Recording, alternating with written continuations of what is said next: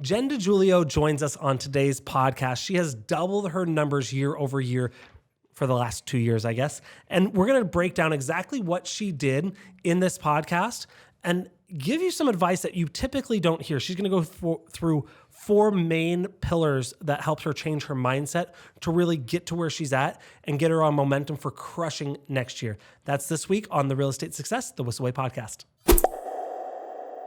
Welcome to the podcast. I am your host, Bryan, Co-Chief Director of Marketing here at Whissel Realty Group, and I am joined by the one, the only Jen DiJulio. DiJulio. Thank you for saying it correct, Bryan. I correct Chris, our COO, every single time your name comes up, every single time he gets it wrong.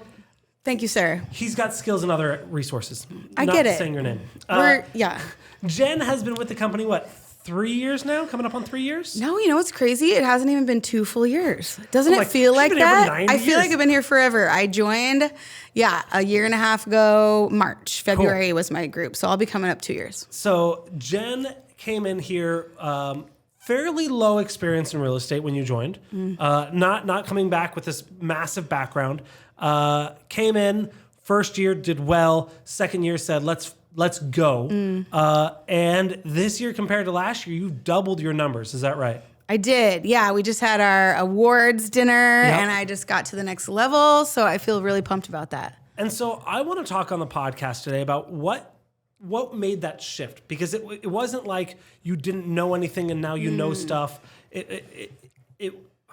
this sounds corny, but it was within you all along, right? And so I want to help those listening tap into what you did and what they can do to just get out of their own way. Yep. So before we get into that, like I said, my name is Bryan Kochi. This is the Real Estate Success, the Whissel Way podcast. If you like this, if you are getting value, and if you want more, go to thewhisselway.com. From there, you can join. Jerk. Like, subscribe. I know. I have to do it visually. For those of you guys that are watching me, I have to do it visually. You can go to join our Facebook group, subscribe to our YouTube channel, join our referral network. As people leave San Diego and Southern California, we need to send them somewhere. We'd love to send them to you. You can join our weekly email newsletter. You can learn more about our course, our Media Mayor Mastermind course, where Kyle and I break down a little bit of everything we've learned, not a little bit, a lot of it, of everything we've learned when it comes to creating content, what's working, what's not, how to do it step by step. That's all on thewhisselway.com. So, Jen, let's get into it. Bryan, let's get into it. You were on a skyrocket. You went from in the company to, I don't want to say the exact number, but top 10, right? Yeah, it's a little sore subject. I was going to finish this year top 5. Okay. Right behind Mike Proctor. I was super proud of it. And I had a couple fell out of escrow, $3 million just over Thanksgiving. So I'm going to end with a number 7. I will take spot 7. We can murder a couple people. Yeah. No, I can't. I am not gonna murder Mike Proctor. No. For those that you have seen him. Just got to work harder. Yeah. He's a beast. So top 7, phenomenal. One of the women of Whissel really coming up and crushing it, which we love to see. And not only do you do well, you're bringing up people around with you. You won a core value award the other night. What was it? I did. It was experience and share. Yeah. And that made my heart melt because I came from a brokerage and I loved them, a great group of people. But I realized when I got here that everybody's freaking sharing their experience. Not just hey, this is what I did well, you want to do it too.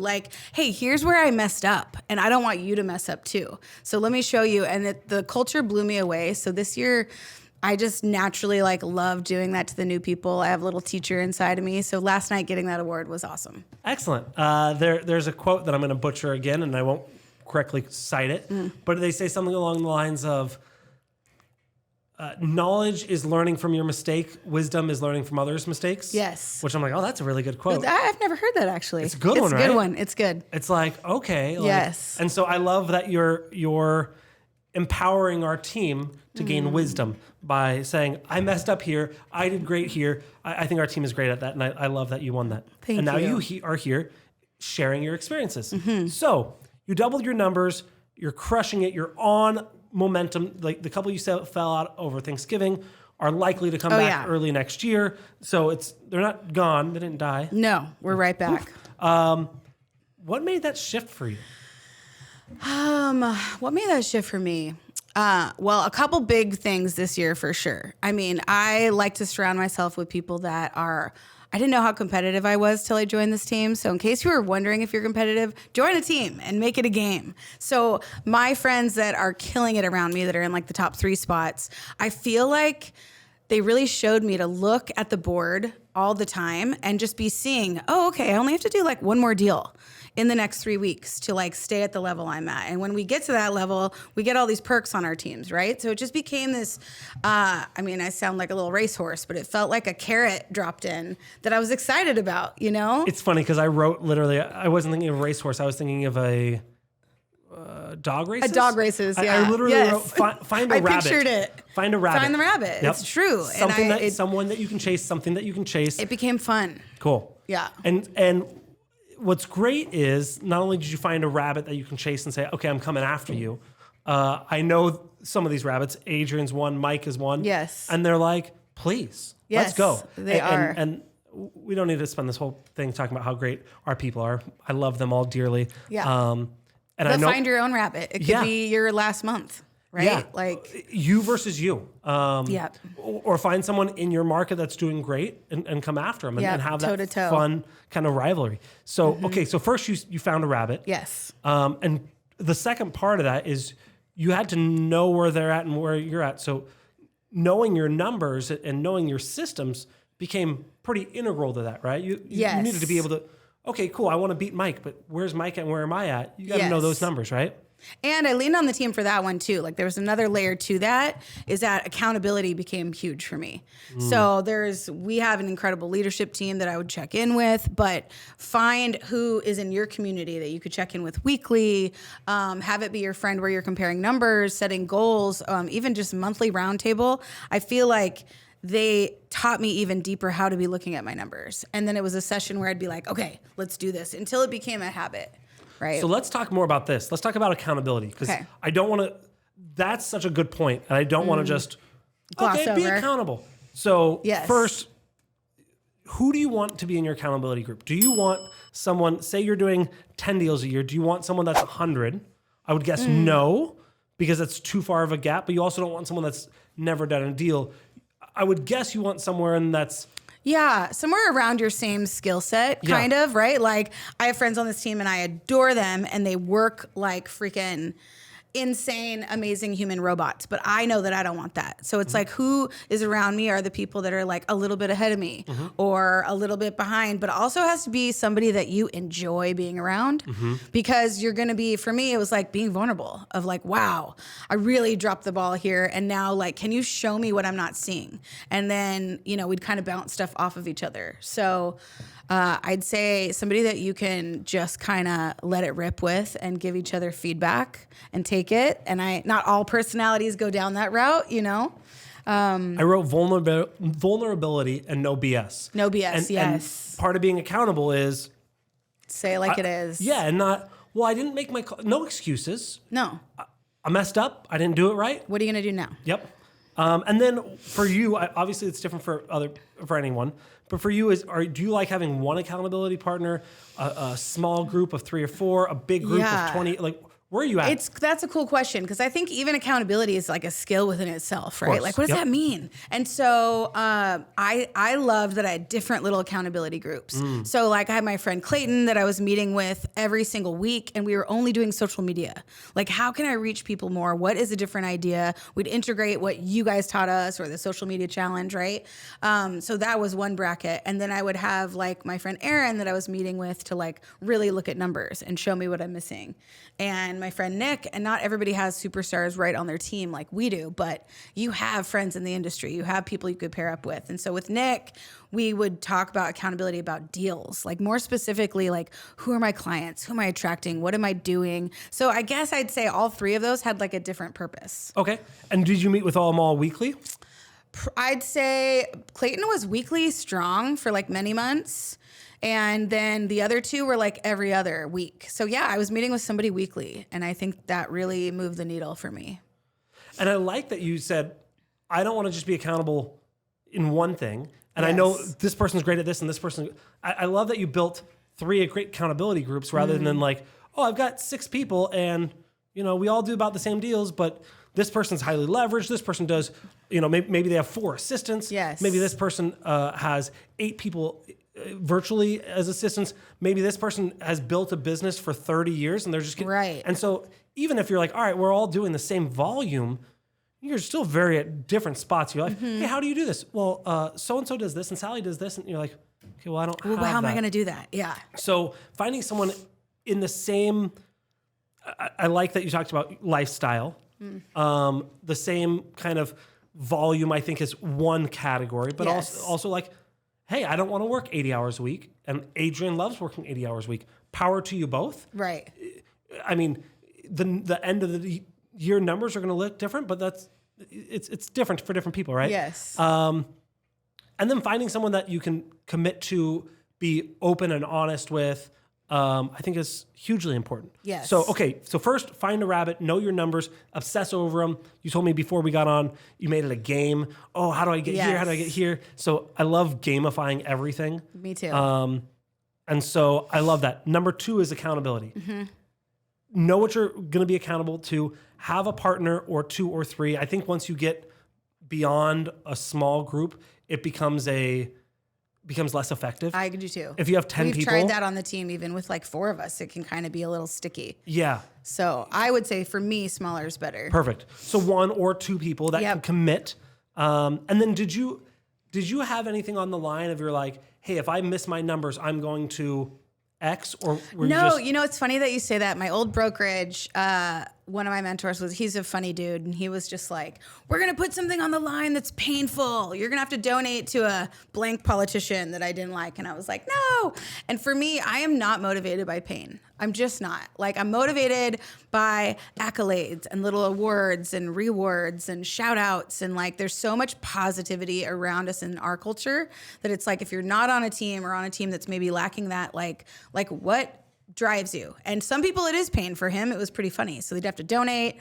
I know some of my friends will do like, you have to donate every time you miss your goal. So then you'd have to take everybody out to happy hour or dinner or something. So that's fun. See, I don't love that because then your team is rooting against you. Yeah. And like, then we're going to go out on your dime that you failed. Like, that doesn't make me happy. Yeah. I hope you don't make your calls and therefore you can't afford to buy us drinks, but you're doing it anyway. Like, right. But again, it's the carrot and the stick, right? Yes. I was telling someone about that, and they had never heard that. The carrot, it's the analogy is that there's a donkey, and the carrot dangles in front of the donkey, and the donkey wants to eat the carrot. It's something they're chasing towards. Right, because they want it. The stick is you hit the donkey in the butt to make it go. Exactly. And so there's the pain and pleasure. Yep. But I think I was talking to my wife. She's like, I don't know what you're talking about. I'm like, it's the carrot and the stick. It's the donkey. And she's like, no. I'm like, and I tried to explain it. I baffled.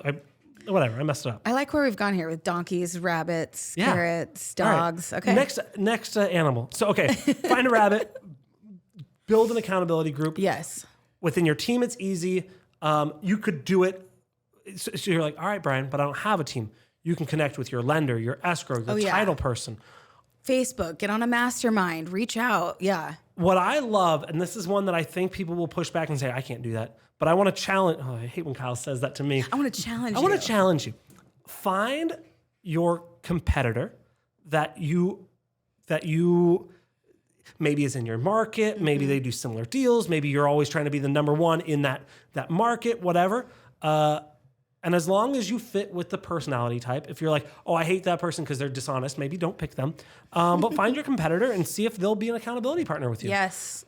That's a good drive. Kyle Whissel and Dan Beer did that here in San Diego. I'm like, cool. Why? And he's like, because there's plenty to go around. Yep. And even though we both have big teams, the amount of times that we compete head to head is small. Yes, that's so true. And so Dan's like, this is what I do. And we're like, this is what we do. And I remember the first time we sat down and he's like, this is what I do. And I'm like, taking notes, all quiet. I'm like, why are you telling me that? He's like, because it's fine. Have my playbook and I'll have yours. Yeah. And there's no scarcity. Yeah. So what I'd encourage you to do if you're like, I'm on my own, I hate my lender, I don't know what title is, whatever the story is, find your competitor. And I bet you more often than not, you'll be working together on a deal. Yeah. You'll be representing the buyer, they'll be representing the seller, or vice versa, than competing for the same buyer or seller. I bet you more often than not. And if that's your accountability partner, they're going to give you the hookup and say, this is what you need to come at.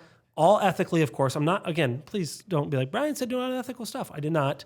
But it's making it a game again, Yeah. right? If you kind of have this frenemy, Yeah. it's more of your friend. I love Dan's team. They're like, we do a lot together, but then we're always I'm checking their numbers and seeing how they're doing. And it's like another drive, right? It's just another little competitive edge.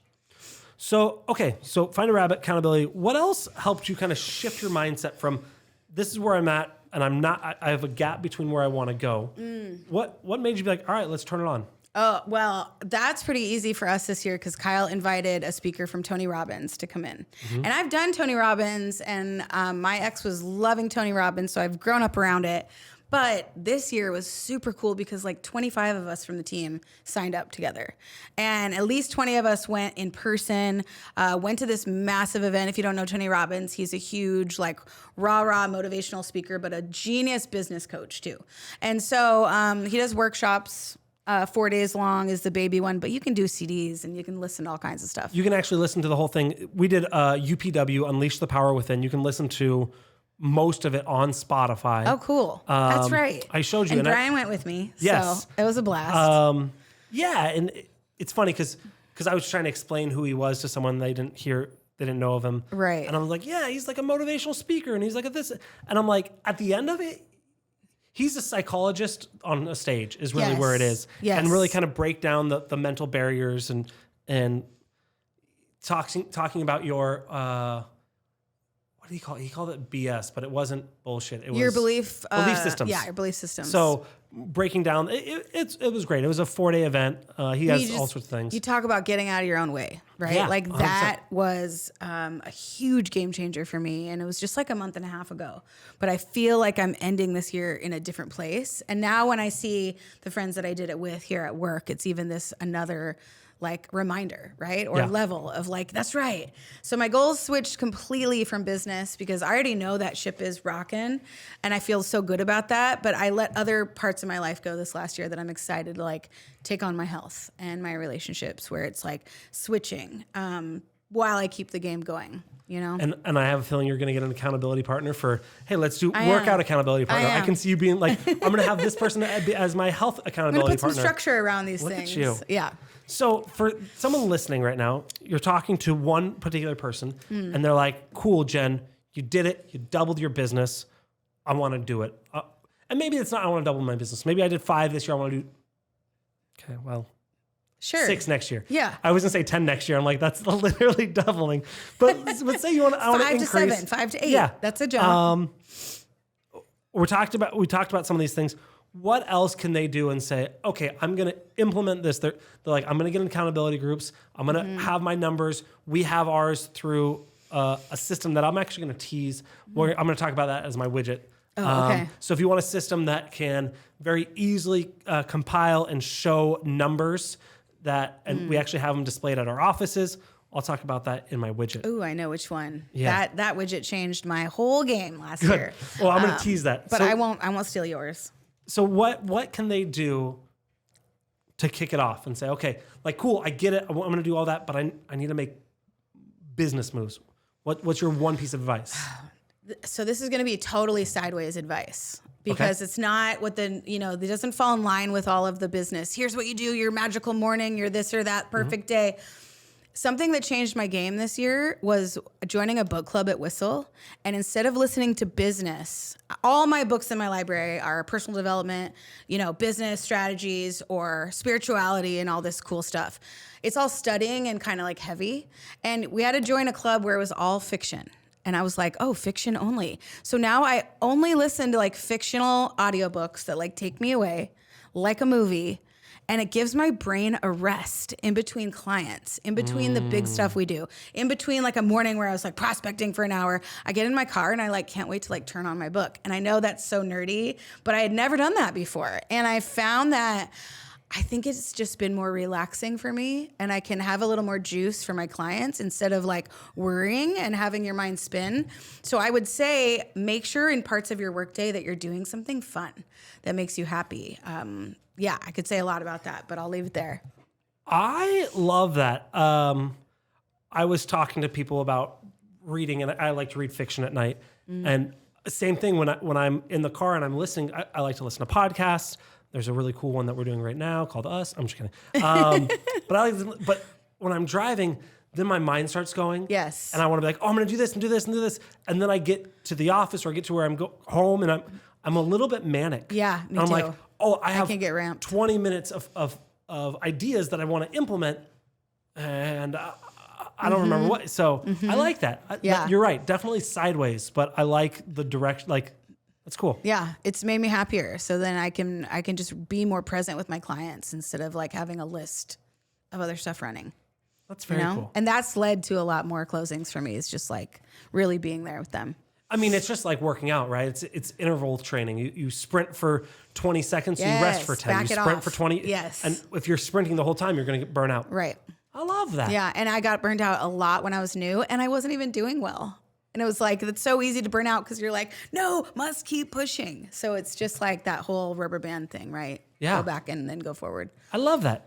So before we get into our Whissel widget of the week, something that I want to share, like I'll share my widget on how you're tracking your numbers. Okay. I just want to say thanks for watching. If you like this, if you got value out of this, let us know in the comments. Kyle and I respond to every single one of those comments on YouTube.